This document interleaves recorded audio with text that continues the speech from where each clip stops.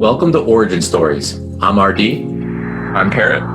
We're telling stories behind the digital art revolution Each week we interview top artists. and live stream with the community. Let's go. Today is tomorrow's origin story. Jonathan Wolfe, welcome to Origin Stories. Hey man, this is really cool. It's your moment, it's your spotlight, and it's so fun because you've been kicking around the Origin Stories ecosystem for quite some time now. You were on all the way back in the day when it was you and Fewocious and Odious and Paradism, of course. And then a little while later when it was again you and Paradism and Odious for another release. But this is your deep dive, man. It's your moment alone. Yeah, it's finally happening. I remember when you were talking about starting Artifacts, you called us. So to be able to finally do a drop with you and like see how far you guys have come is like really cool to see. We'll get to all that good stuff, man. But first, we got to start much before that. But it's totally up to you how far back you take us. We'll start with this question. Jonathan Wolfe, what is your origin story? Wow, that's a great question.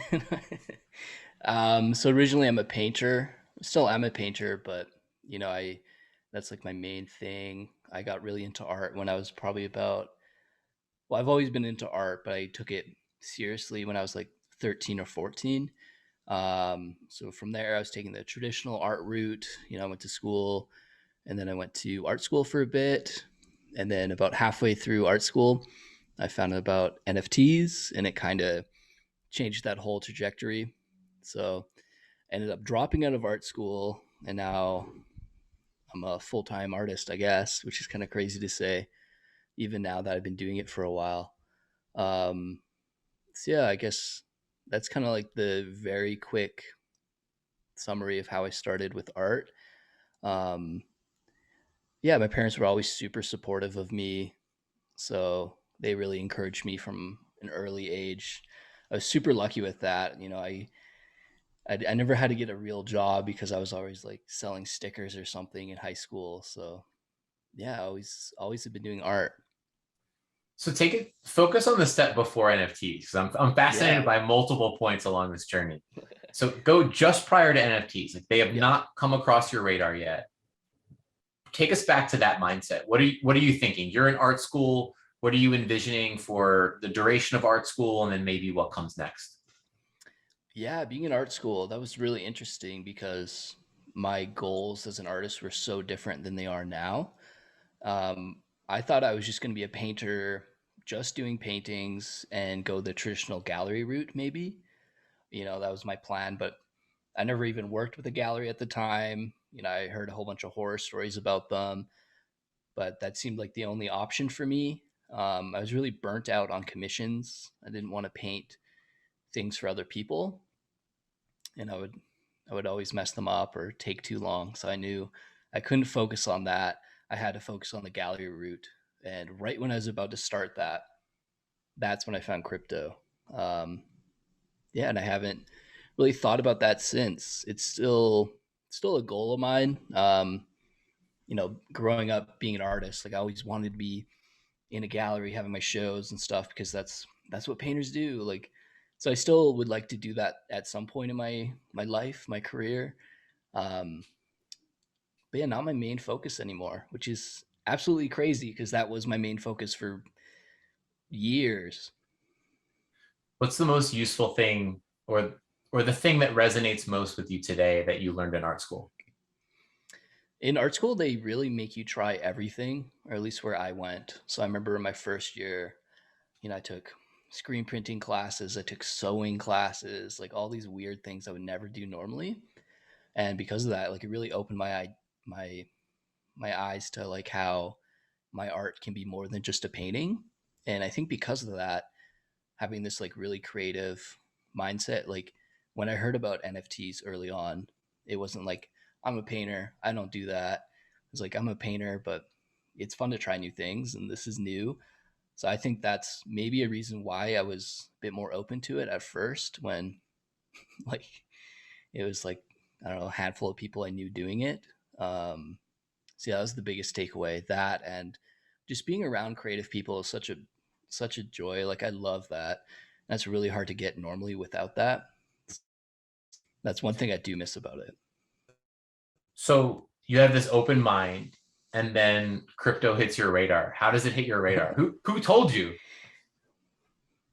Yeah, so Fibo told me. He was the first person I knew. We were pretty good friends at the time, and I was just blown away that he sold an image. You know, that classic thing like oh, you sold the painting Mhm. too? Like but no, it was just the NFT. And then yeah, from there we would just talk, we would play. This is so embarrassing. But we would play Minecraft together, and I would just ask him questions about crypto for the whole time, like hours. And yeah, we would have calls like that constantly, and that's how yeah the start of that really changed my Amazing. life. So you were focused on the it's just an image. How does this work thing? Yeah. Yeah, it's I think yeah a lot of people Oh, for still have sure, that, for but sure. yeah. Um, what was one or maybe even multiple as you're asking, spending these hours asking all these questions, getting really, really interested in it? Can you remember an aha moment with crypto and or NFTs? I think the biggest aha moment was when got my Uh-huh. first bid. I remember being so blown away by that. You know, previously the highest amount I've ever sold a painting for was like $400 maybe. And then, you know, the first bid I get was like $1,000 or something. Like, and I didn't even take it at the time. Like I was just freaking out so much. Um, and then, yeah, I guess when I first got the bid and then when I first accepted it, and then I realized like, oh, this is real. This isn't internet money. This is real. That just like blew my mind. I still remember when that happened. I was living at home at the time. You know, I think my mom was having a nap or something. I like woke her up. I was like, "Mom, you need to check this out." And I like kind of explained it all to her. She was like half asleep. That was funny. Amazing. So okay, go one step prior to that. So that's your first bid, and then then yelling about it to your mom who was taking a nap. But go a step before that. How do you even choose? Okay, I've heard about NFTs.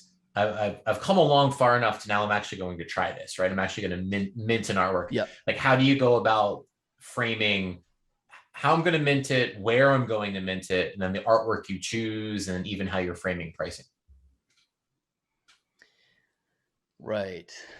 Yeah. So I guess to go a bit deeper than that. Yeah, I was on these talks with Fiwo.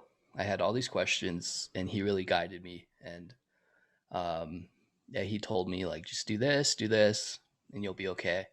And I remember Super Rare was still very new at the time. This was almost 2 years ago now. So I think I applied and like I heard back the next day or something. Like it was The really perfect quick. era. And yeah, yeah, I got lucky with that for sure. I didn't even have to record a video, you know. So that's really because of Fibo's guidance. He really showed me like what steps to take and how to do it. Um, yeah, I think that was basically the start of that. I don't think I was posting anywhere else until Rareable a bit Mhm. later. Um, and something about that was like even more up to me, whereas Super Rare was like I had like a guide because Fibo told me and he had all these steps for Yeah. me, all this advice, but Rareable was pretty new to both of us. So I think, yeah, figuring that out on my own was tough. So how do you choose your first artwork on Super Rare? Does it feel special to you at that time, or is it like, let me just choose one and throw it on and see what happens? I feel really special towards it now because it was like the first piece that I made 100% digital. Mhm. Before NFTs, I had an iPad for a couple months, and I was still really new to digital art, but I was loving it. Um, yeah, so that was the first piece that was 100% digital. It didn't start as a painting. It wasn't like me drawing on top of a painting. So yeah, that one seemed like a perfect fit to me. It was the most digital of all the works I've ever done. So Tell us about the artwork.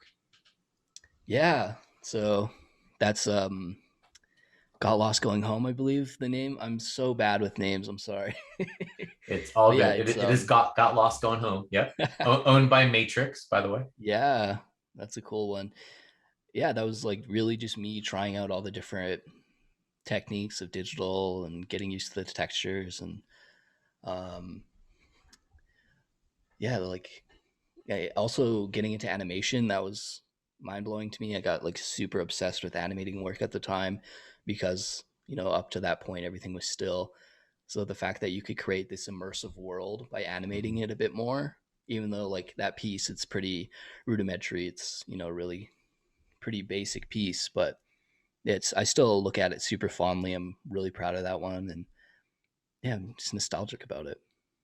I think it is so nostalgic because, I mean, one, how far you've come since Yeah. within NFTs. You are so firmly entrenched in NFTs. I think everyone looks at you as someone who has such a firm understanding of who he is, someone who invites us all into this, I don't know, this Jonathan Wolfe universe that I'm personally obsessed with, right? But when you look back at this artwork, you see your figures are in there that then make Yeah. their appearance in a number of other artworks. So even though you're just getting started at that point, I think it is the perfect starting point.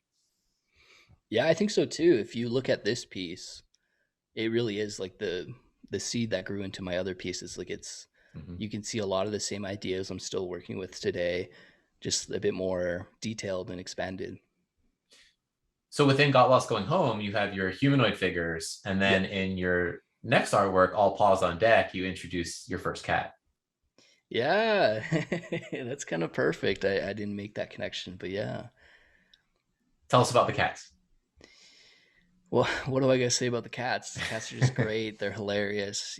I've always had cats growing up, so they seem like a great subject to work with. Yeah, the cat spin piece, or sorry, all paws on deck. Um, yeah, that was like my first time doing that type of animation as well, and I remember just being so blown away that you can make moving art. It sounds so stupid, but I was just painting for years up to that point, and it seemed like a perfect fit to animate something like that. And so I'm gonna skip ahead one, but your fourth artwork on Super Rare is then Infinity Cat, and I think you see where I'm Yeah, going because there's another piece that relates to. So take us from All Paws on Deck to yeah, Infinity Cat to Infinity Cow. yeah. So Infinity Cat, that was actually an older painting of mine, probably 2017, 2018, and I was kind of going through some older works, and I was trying to figure out how I could push them with digital. And with the original painting, there was only, I think, 4 or 5 cats, maybe. And Mhm. then after that point, it was so tiny, I don't even have a brush that small. So at the time, I stopped and I thought, it still portrayed the idea of Infinity Cat. But with digital, I looked at it a bit different. I was able to like zoom in and Mhm. really, really go as far as possible. I think the last cat, if you were to zoom in, it has like maybe 6 pixels or something crazy like that. So it really gives the feeling that it does go to infinity. Do you know if someone were to ask you the trivia question of how many cats are in Infinity Cat, could you answer it? I don't know if I'd be right, but I would guess like 9. No, infinite. Nice. Infinite cats. But Yeah. then when you talk about really reaching infinity, let's go to Infinity Cow. Now, this is special to me because I'm sure I had seen one of your works in like an absolute passing before this, like cat corner your eye kind of stuff. But where I really found Jonathan Wolfe's work was Infinity Cow. And of course, watching it over and over and over again. That's so cool, man. Yeah, this piece really stands out to me. It's like at the time, it was the most complicated animation, and just the work itself. That Infinity Cow, like I have such a connection to it. I remember painting it a couple years ago, and then it was the same idea. It was like I was looking through my older paintings. I was like, how could I push these with digital? And then I remember I made it into a sticker. This was actually all before crypto even. I made it into stickers. Everyone really liked the stickers. I was like, oh, maybe I'll try like t-shirts. And then I did a t-shirt drop. They sold out. It was crazy. And then I did some more merch with it, and it just kind of, I didn't intend on it being like my kind of logo in a way. And I still see it as that. Like when people tag me in photos of cows like every day, like it's so funny to me. It's funny how that happens. Like it kind of almost, I didn't even choose it to be my a logo piece, I guess, but I'm really happy that it is because um, It's pretty funny growing up in Calgary, Alberta. There's like a big so stupid, but like we export a lot of beef and there's like all these cows around the town and that's like what we're known for kinda.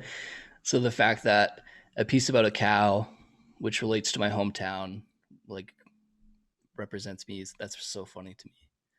Um, and also with this piece, like right before I got into crypto, I remember.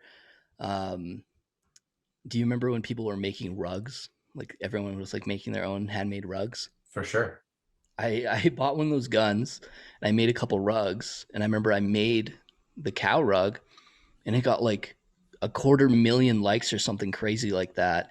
And like celebrities were hitting me up about this cow. Like all these meme pages were like clowning on me because they said, "Oh, there's only 4 cows. It's not even infinite." And had like, like 1,000 people saying it's not even infinite.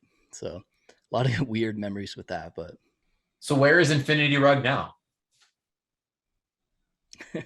I actually have the only Infinity Cow rug, and it's in my closet right now. I mean, I mean, all the things that you may be able to do with that in the future. It's a Yeah, I'm pretty glad I kept that for sure. definitely it's a special rug. It's a viral rug. It is indeed, indeed. All right, so let's take a slight detour. Let's take a slight detour from your super rare page over to your good friend Fewocious' super rare page, because I feel like the two of you obviously have a special relationship where he guided you into crypto and NFTs, and then fast forward a little bit, and then all of a sudden you're doing a special artwork together called Bittersweet. Yeah, that has to be one of my like best memories in this space for sure. Working on that piece was such a challenge. That was like the first time I ever did a collab. In art school, we never had to collab. No one, everyone was very secular with their work. They didn't want anyone to touch it. Um, and that was like leading up to that point. That's how I viewed art. Like art is only something I make, or at least my art, right? But Fewo hit me up and he asked me if I wanted to do a collab, and it was such a good challenge. It really pushed both of us. And I remember the day we were gonna post it. Something happened on Super Rare.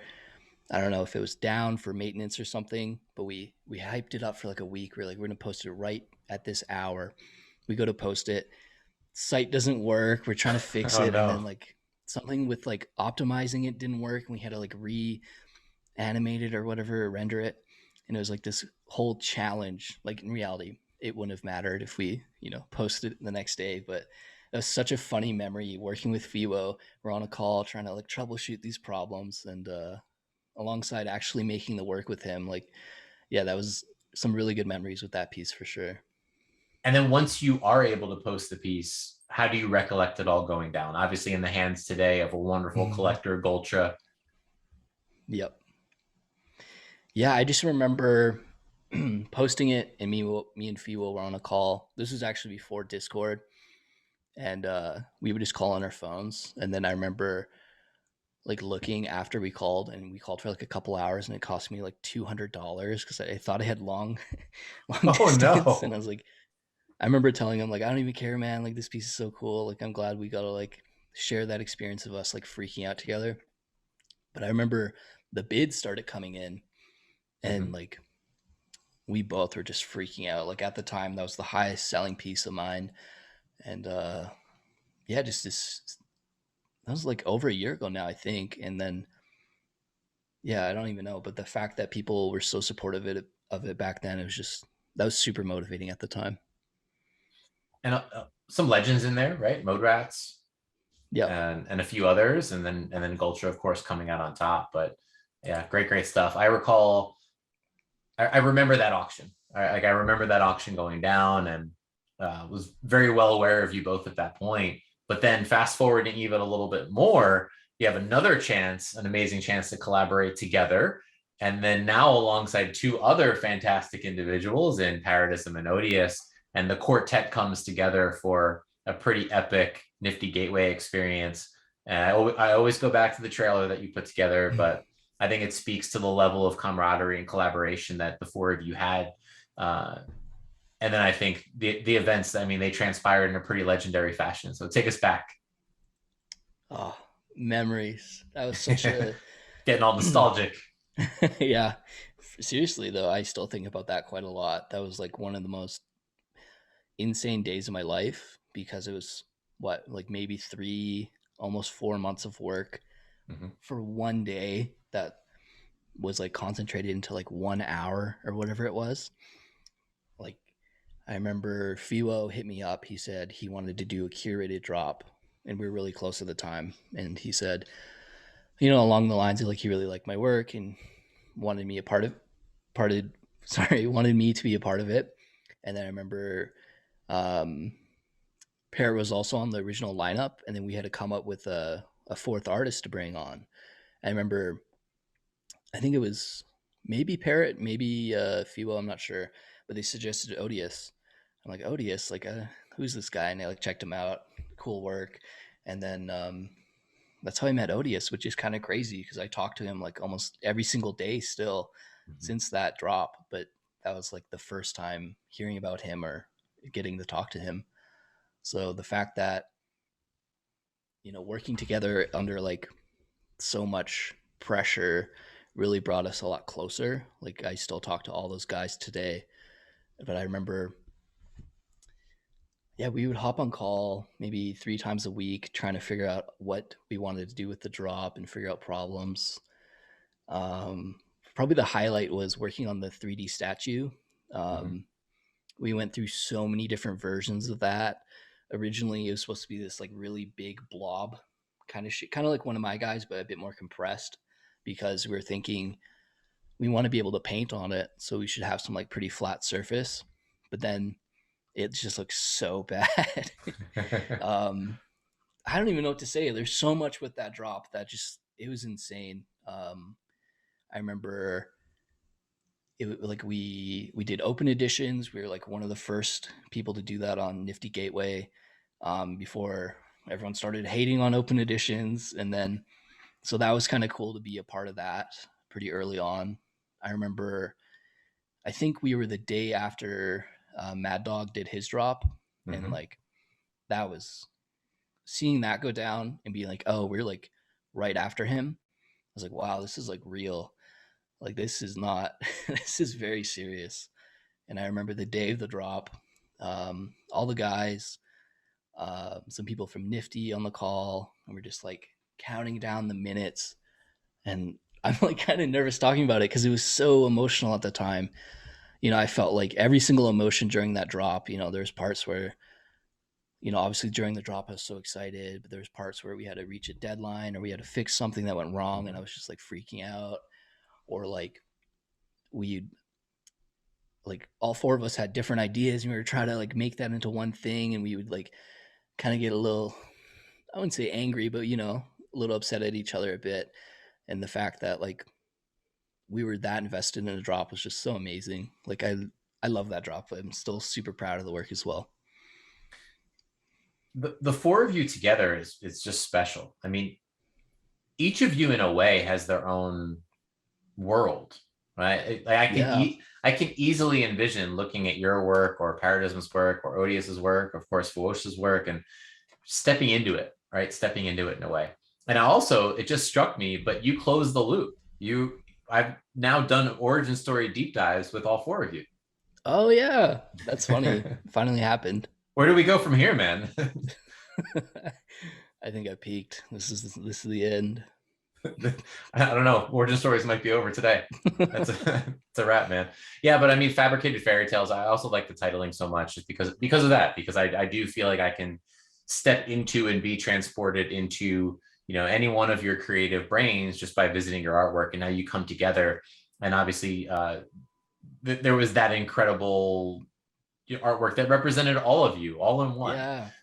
So very very fun, and the physical, of course, as you said. Yeah. There's a lot with that drop. I remember I think my favorite story from the drop that I didn't mention was the name. Uh, So the name of the collaborative piece was Parodius Jonathan, which is obviously all four yes. of our names. And I remember we were we were in a call one day, and I like jokingly said that and we were just kind of like messing around with like all four of our names together. And then I don't even know how it happened, but somehow the people at Nifty saw that and they thought it was funny and they thought we were being serious, but I was joking. So the fact that they ran with it and they like showed us the preview page, and I was like, "Is this what we're gonna call it?" And then we were like, "That's kind of perfect. We should actually keep it." So Mm-hmm. the fact that that name was like a joke, kind of like plays into how like we had a lot of fun with it. We took it seriously, but we didn't take ourselves too seriously. And I think that name is just perfect for it. It's so funny too, the story behind it. It does feel perfect. It does feel perfect. And I hope on the 1 year anniversary of that release that you find a way to mint your trailer. It's the best trailer ever produced in the NFT space, hands down. I think my beard's a bit shorter. I had a crazy long beard at the time, probably because I was too busy working on the drop and I just got disheveled. Hmm. So where do you go from there? So that's several months of effort. Even you getting the adrenaline and all the vibes, recollecting it, right? Yeah. But even to take yourself back and to legitimately having all that adrenaline coursing day of it goes down. It's of course legendary. It does extremely well that night. But what's the next day look like? What's the next day feel like? Are you raring to go, or are you taking a step back and sleeping for a month? That's funny. I think yeah, people can either take two paths. They're like just Mm-hmm. supercharged by that, or they're like, all right, I need a vacation. And I remember I took like probably almost an entire month off where I Mm-hmm. was like barely making work.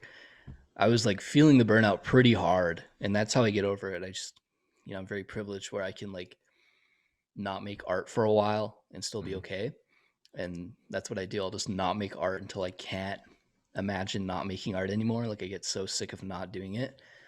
So it took me a while after that because it was just constant work. Um, but it wasn't bad. It was like, yeah, I worked on art so much for so long that, I should take some time to focus on other things a bit. It wasn't that I was like sick of painting or anything or crypto in general. But yeah, I remember I personally took a long break after that drop. Can't remember what the other guys did, but um, yeah, that's how I had to deal with that type of stress melting your brain. Sometimes you need to step back for sure, for sure. Totally. Talk about experimentation. So you've always struck me as someone who experiments, who engages with the community and really, really fun in different ways. So you go anywhere with this, go to Rarible, go to stickers, go to Bitski, go to like just experimenting out there in the weeds of NFTs and beyond. How would you frame that? Yeah, I think experimenting with your work or really just platforms in general, it's so much fun. Mhm. Um, you mentioned Bitsky earlier. I remember when they hit me up, they asked us to be the first people on their site to try it out, and it's always an honor to be the first of Mhm. really anything. So the fact that this company would hit me up and ask us to be the first, I was like, yeah, might as well try that. And I think by doing things like that, it keeps it really fun. Mhm. Um, occasionally it's been a while, but I'll do these tweets where I'll be like, respond to this with a photo or a meme or something, and I'll draw it, and it really brings everyone together. If someone gets their photo drawn, they're so excited that they influence my work in a way, and I just get so excited that people are getting excited. It's a really cool feeling. Um, Opposed to just making art in your studio privately for 8 hours a day every day. Sometimes you need to change it up. For sure. And I guess even go beyond that because I said Bitsky, but we could extend that conversation even into several more collaborative efforts. Go to Yeah, Crypto Cubes was a wild one. I think did Fuckrender collect that one? yeah, he did. Yeah, I remember I was forever on the blockchain. I'm a bidder on that artwork. yeah. Yeah, I remember that. I remember that actually. Yeah, the crypto cubes one, that one was really cool too, because I remember at the time I was living in Saskatchewan. Hmm. It's this whole long story, but my girlfriend got this job at this lab in the middle of nowhere. We were in this town of 2,000 people, and I made that entire piece in this small little town. I didn't have internet for most of it either, and that one was really challenging because I was in a new space, a new studio. But when I look at that piece, obviously it doesn't look like a small town in the middle of rural Saskatchewan, but it holds so many good memories of being there. Um, But yeah, that piece in general, I remember having to restart it a bunch too. Something about you had to get the exact right angle, or else it didn't look like a crypto cube. It just looked like squares. So I Mhm. remember restarting it about 3 times. And yeah, that one really, I'm really happy with that one still. It stuck out. It stuck out. Obviously, I was like, maybe I could steal this one. No, can't. Nope. That ship has sailed. That ship has Oh sailed on yeah. Jonathan Wolfe artwork and NFTs in general. Well, I'm sorry to hear that, but I appreciate the compliment. Yeah, man. Of course, of course. So speaking of stories, because you just likened that artwork to living in a small town at the time, and like you said, the artwork doesn't necessarily uh, it doesn't look like it, but it exists in your mind. So anywhere else along the trajectory of your NFT career, of your super rare account, beyond that to a collaborative effort, give us another story that comes to mind. How would you tell the story behind a specific artwork? That is a great question. I'm just gonna pull up my work real Of quick, course. get a refresher. Is it fun walking down memory lane, by the way, now that you have over a year under your belt? It's so much fun. I remember even doing that like 6 months into crypto. It just felt like so much has happened in that time. But now it's been almost a year and a half. I think Mm-hmm. at least a year and a half now. So much has happened. It's kind of remarkable to be able to look back at how much has changed, how much people have grown, you know. And you mentioned like the crypto cubes painting doesn't really look like the memories that it holds, but like every piece I remember making it, or I remember like the situation around it. And I think that's like one of my favorite things about art in general is it just like sucks in memories, and like Mm-hmm. it makes it really easy to go back to those times. Art So I is think, like oh music sorry. in that art is like music in that sense. Take Yeah, it exactly. immediately transports you back to a time. Yeah, exactly. I think it's a really old piece of mine from 2016, 2017, Mm-hmm. but it's I think I titled it "Worshipping the," or no, God, I had like four different titles for this because I remember when I titled it when I was like 16, it was like really embarrassing and I didn't like it. But the piece is the people worshiping the 7-Eleven, Mm-hmm. and it's such a stupid, silly piece. But that piece was like maybe the first or second time I ever drew those blob guys. And the fact that I've still kept with that, like knowing me, like I switch mediums, I switch ideas a lot. But the fact that I've kept consistent with those little people for Mm-hmm. like 6 years now, like that's really cool that I calling my work really cool. But it's really cool that I was able to keep up with that because I like to change it up a lot. And that piece just brings back so many memories as well. I remember posting it on Twitter a couple years ago, and it went viral. It was like the first time I had my art seen by that many people. And then I remember, so silly. I remember 7-Eleven reposted it, and that was always like a meme to me. Is like, I'm drawing 7-Elevens. I want to work with 7-Eleven one day. It'd be so funny. And then they actually see it and they post it. I was like, that is a great way to end this chapter. Yeah. It's funny when you talk about the blob guys. You do really own several different types of characters or animals. Like you have the blob guys, you have your cats, you have your frogs, and even if we want to go object, you have your buildings. I mean, I think you're like a Jonathan Wolfe building, and then now you throw us a curveball late in the super rare game. Now you're going sharks and whales.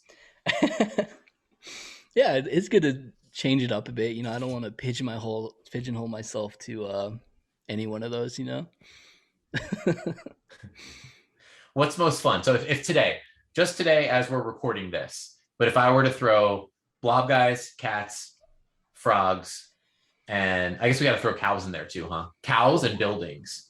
What literally right now as we speak would be most fun to start with? I think buildings, which is so strange to me because they're very rigid, and a lot of my work is not like that at all. But with buildings, you can push them so far and you can create any of those. Like you can create a building that looks like an animal even, or something like that, and they have the most life to them, oddly enough, even though they're the only thing you mentioned that isn't alive. Mhm. But you can, have lights flickering, you can have people around it, you can have cars around it, graffiti. It just shows so much life, and it really pushes that idea of this is like a lived-in space, or like its own world. So I Mhm. think if I had to pick one, it'd be a building, which is so weird to me because it's there. I don't know. I wasn't even drawing buildings a couple years ago, and now like I love drawing them. So I Mhm. think that kind of ties back to opening yourself up, not just draw frogs all day. Are you aware of the inviting nature of the worlds that you create? For share what I mean by that. There are a number of different ways that I personally appreciate art. I will see an artwork that another amazing artist creates, and I'll want to look at it. Right, I want to stare at it and observe details. I like this term zoomability. I really like to get in there and see what's going Yeah. on. But your artwork is a bit different, and it's inviting. It invites me in. It almost feels like I'm not observing it. I want to step into it. I'm walking with the blob guys on the streets and looking at the buildings or the characters within. Are you aware that your artwork projects that? I'm definitely aware of it now, but that was never really a mission of mine. It just kind of happened. It That was the most fun way to make art, and it is still the most fun way, creating this like world. So I went with it. But the fact that you say that, a lot of people have mentioned that to me, where they look at the work and they want to like be a character in it, or they like zoom in to see all the graffiti and the details. It's really cool to me to hear that, because I just create work that I find fun and enjoyable. And the fact that people want to like sit a bit longer instead of like seeing it on Instagram scrolling, they want to like sit with it a bit longer. Like that's really a big honor to hear that. Um, but yeah, it was never really a direct intention. It was more I was just following what was fun to me. I think it's doubly amazing because usually when you think immersion or stepping into something, you do think 3D, right? Right. And you don't create in 3D, and yet you achieve that immersion. That's really cool that you mentioned that, because yeah, 3D is like the obvious step if you want to create immersion, right? But I guess with 2D, it's a bit of a different challenge. Never saw it as a challenge though; it was always just kind of happened. So that's kind of cool that you mentioned that. And even just the way you put buildings forth and the way that you animate your cat, it's a lot of it is angular. You do Right. have that depth to your painting. So even though you're not creating in 3D, it still gives off that vibe. Yeah, for sure. I think if you have that, you mess with where the viewer is looking at it. I think it's really fun to have like a really high up perspective. So it's almost like they're in another building looking down, or they're like a human looking at this miniature world going on around you.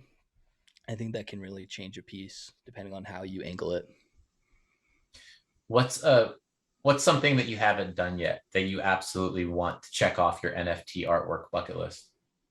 Oh my god, that is a great question. What haven't I done? Well, I always wanted to see my work in 3D, and I kind of just did that. So I guess I could check that off. That was like the main one, though. I wanted to create an immersive world in 3D because, like you mentioned like a minute ago, like 3D is the obvious next step if you Mhm. want to create an immersive world. And that's been something I'm so interested in recently, creating these little active places that people live. And so yeah, having that in 3D is that's gonna be really cool to see. Everyone's going to be able to step in soon. Yeah, pretty soon here. I'm really excited to see it. Like I remember Dirk sent me a really quick mock up of like what he had in mind, and like he didn't even have textures. I don't think I can't even remember, but I don't know. It probably took him 15 minutes, but it blew my mind seeing the work in 3D. And I was like, okay, like in my head, I was like, all right, we're done. Like this is amazing. But then he pushed it even further, and then I don't know, 3D and that whole world is so new to me and foreign to me, especially coming from a painting background. Even digital art in general is relatively new to me. I've only been doing it for about 2 years, so seeing my work in 3D is like It just blows my mind. I feel like a chimpanzee. Well, tease that out, right? And so Yeah. you that's something that you wanted to check off the bucket list. It's happening, but keep walking, right? Keep walking down that future road of NFTs. And obviously we know this space is still in its relative infancy to where it will be eventually. But keep walking down that road. Let's say 10, 20, well, I don't care, some absurd amount of time that it's almost impossible to imagine, but try anyway and put yourself in your shoes X amount of time down the road. What do you want to be known for? What do you want to be remembered for? What do you want collectors and the entire space to say, Jonathan Wolfe is synonymous with ... Right. Yeah, that's a crazy question to think about. What am I going to be doing in 10 years? I think I really want to push the idea of immersion. Mm-hmm. And I think, I don't know, I've been thinking a lot about having shows in a gallery because, we mentioned that earlier. That was always the goal growing up. So I still want to check that off. But if I could do that in a new way that isn't just like a white wall gallery with like one painting on each wall, it's still cool. I love seeing that type of stuff, but I want to push it a bit further. I want to incorporate animation or 3D sculpture and design and color and all that. Um, so that's been like my main big goal that I want to accomplish in the next 5 years or so. Um, yeah, and these worlds I'm making, everyone mentions like they're immersed, they want to be in it. So if I could make that on a really small scale or even a big scale, I think that'd be so amazing to be able to physically walk into one of my pieces or something like that. Like I think that'd be absolutely amazing. I'm here for it, man. I could say I think it'll just keep progressing. This will be a small taste, and then whatever scale it is, I'm here for it, and I think a lot of people would share the same feeling.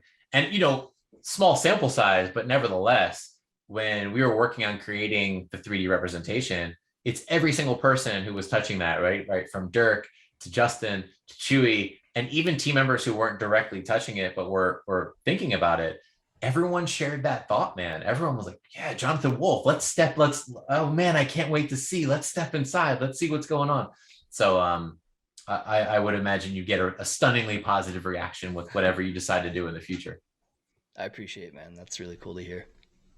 Ready to play a game? I would love to. Lightning round. Quick takes. Quick takes. One word, a couple words. No pressure. Doesn't even matter. Doesn't need to be like the sharpest take in the world. Just whatever the first thing that comes to mind is, and we keep it rolling. Have some fun with it. Hell yeah. All right. Lightning round. Topic number one. First thing that comes to mind when I say NFTs. I thought super rare. Ethereum. I thought of when a fuck renders crystals. Yes. Nice. I like that. Yeah. Well, you made me think. You just set me off down a little path. Fewocious. Smile. Art. How many arts, by the way? How many arts in your podcast? 3 arts. Just 3. Okay. I always keep going. I think of my really long beard, living with my parents, and a lot of really good memories. Cool artists. Parodism. Oh, the lemon suit he has. Yes. Odious. Cool accent. Nifty Gateway. Oh my goodness. Parodius Jonathan Wolfe, of course. Yes. Rareable. How would I the first thing I think of, like when I was posting there, I was posting these like really quick drawings. So I get reminded of those drawings. Stickers. Oh, before everything got crazy, I was selling stickers. So I'm thinking about that. Rugs. Oh, same thing. Cows, I guess. I was just going to say Infinity Cow. Infinity Cow. Me. Ed. Oh my God. Joy, happiness, an angel. And that's Jonathan's cat, by the way. So let's go. Yeah. Let's go now. Just the broader concept. Cats. Hilarious. I'm going to throw you an extreme curveball here. You're not even going to see it coming. Dogs. Pretty cool. Ooh, that was muted. That was Take it No, down a I like notch. dogs. I like dogs. Don't worry. Don't worry. I don't want All to right, offend anyone, you know? fair enough. Fair enough. Okay. The last chronological, so it could be a minute ago, it could be an hour ago, it could be 3 hours ago. The last chronological NFT artwork that made your jaw drop. Not yours, not Oh, yours, someone else's. oh my God. This is, I feel so bad because I haven't been like active on social media for a while now. I haven't really seen a lot going on. The last thing that came to mind, oh my God. The pressures Or are no, deep. no, no, forget the pressure. Easy peasy. Forget time scale then. Forget the Right. chronological order. Just like when I say it, the first thing that pops in your head, something that made your jaw drop. Oh my God. I'm so bad with this. Oh my God. Dude, All right, why we're am I gonna pivot. We're gonna blanking on pivot. We're this? gonna pivot. Okay. Let's pivot. Let's go back to the three names that I mentioned earlier. We're gonna go back to Fewocious, Paradism, and Odious. For whatever reason, the first artwork you think of, not related to your collabs, but just related to Fewocious. When you think Fewocious, you think what artwork? When I think of Fewocious, I think about his Mr. Misunderstood. I think it was Huh. a was that Christie's or Sotheby's, but that sculpture. I think him expanding into a human-sized sculpture is that's amazing to me. Incredible. Same question, Paradism. Parrot's recent piece with the Wright brothers, I thought that was Mhm. really creative. How he didn't just animate a airplane; he like pushed it further into something more fun using the paper airplanes. I thought that was really clever. Yeah, All your concepts for that release were clever. yeah, thank you. And then same question, Odious. I really liked Odious's 3D piece for the artifacts drop. I didn't catch it at the Yeah, time, but that was really cool to see that because it was quite different from what he normally does. very different, very different, Yeah, and a cool like you could see it in the artwork, but it goes in a little bit of a different direction than maybe you intuitively expect. yeah, totally. I thought that was really cool. Okay, so how about this? I'm going to reframe the question, maybe maybe in a different way, but let's just say it like this: what artist or artwork, you don't have to limit it to one, you could do a couple if you want, do you feel deserves more attention in this space? I think one of my all-time favorite artists is Danny Cole and what he's doing with creatures. Mm-hmm. And I don't want to get into PFP talk or whatever, but the fact that they're only one ETH each or something, Mm-hmm. the art's amazing. What he's doing with them is amazing. All the clothing, the 3D worlds he's making, uh, cartoons. Like Mm-hmm. I'm a strong believer in him, and I by far one of my favorite artists. And I think, yeah, I'm gonna see a ton more from him right away. Big shout out to Danny Cole. Had a chance to talk to him live a few times, and always just like an enjoyable guy to talk to. Just a lot of Totally, vibrancy, a lot of energy, a lot of vision. So yeah, yeah, awesome guy. I remember at the Fubo paint party in New York. I went to a vintage shop before I went there, and I found this T-shirt I really wanted for a while now. It's like, oh, I'll be all cool and wear it to the party, you know? And then one of the first people I see is Danny. He comes up to me, gives me a big hug, and he's like, "Oh shit, sorry, I just got paint on your t-shirt, man." oh, you hadn't put on the suit yet, the No, I classic just suit. got there. There goes the T-shirt. Hey, it was a cool memory though. It's kind of like he signed it, I guess. Exactly, exactly. Amazing, man. Well, hey, I think you're up there in terms of naturals at the lightning round. You were rattling through those early and mid questions. Okay, okay, I feel Yeah. good about that. Thank you. So we wrap with this, man. Talk us through what's next. I think that's the most natural question. It is what's next for Jonathan Wolfe. What can we all expect in the short and midterm here? Yeah, what's next? Well, I just got a new studio space, and that's like allowing me to work on these really large scale paintings. So really what's next is I want to work on these super big paintings, and I want every piece I make to be animated kind of like the Shark Mountain piece. I want Mhm. kind of like a mini movie where it moves you around the piece. And the fact that I can work on large scale, I can hide even more details. And I'm very blessed. I can spend a couple months on a piece, not be too worried about it.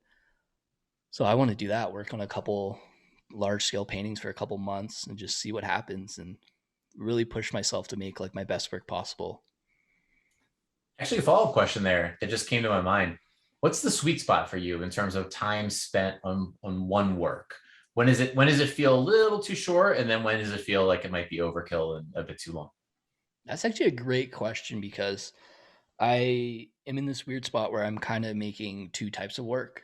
A Hmm. lot of my drawings take minutes, Hmm. and then my more detailed pieces can take 60 plus hours. Hmm. Um, with the Shark Mountain piece, I remember I was looking at that. That was probably about 50 to 60 hours on that piece. And I remember by the end of it, I couldn't even look at it. I was like, I don't even care if this is an issue or maybe I forgot to erase this or it's like, I'm done. I can't look at this anymore. So I think when I get to that feeling, I know like, okay, probably time to go. But Time to move also, on. yeah, I rotate between like 3 to 5 pieces. So that's pretty rare when that happens. Amazing, man. Jonathan Wolfe, it has been an absolute pleasure. I was waiting for this day. I think really going all the way back to Fabricated Fairytales when we did that mass group live stream with everyone. It was not only the four of you, but also it was Ashley from Nifty, and it was just a nice special memory in terms of Origin Stories live streams. But I think ever since that day, it was it'll be really fun being able to do the deep dive interviews with each of these people. And I think at that point, I hadn't even done my deep dive with Paradism yet, and Oh, I think wow. that was first, and I think it went Paradism, Odious, Fewo, and now Jonathan Wolfe. So it's been an absolute pleasure, man. Yeah. Thank you for having me. I'm so glad we finally got to do this. And onward to some form of origin story milestones in the future. It's going to happen. So there'll be another opportunity, I'm sure. Maybe when Jonathan Wolfe's 3D immersive experience happens, that'd be a fun moment. Yeah, totally. We need an excuse to get all the boys back together. Exactly. Exactly. All right, my friend. We'll talk to you soon. Sounds good, man.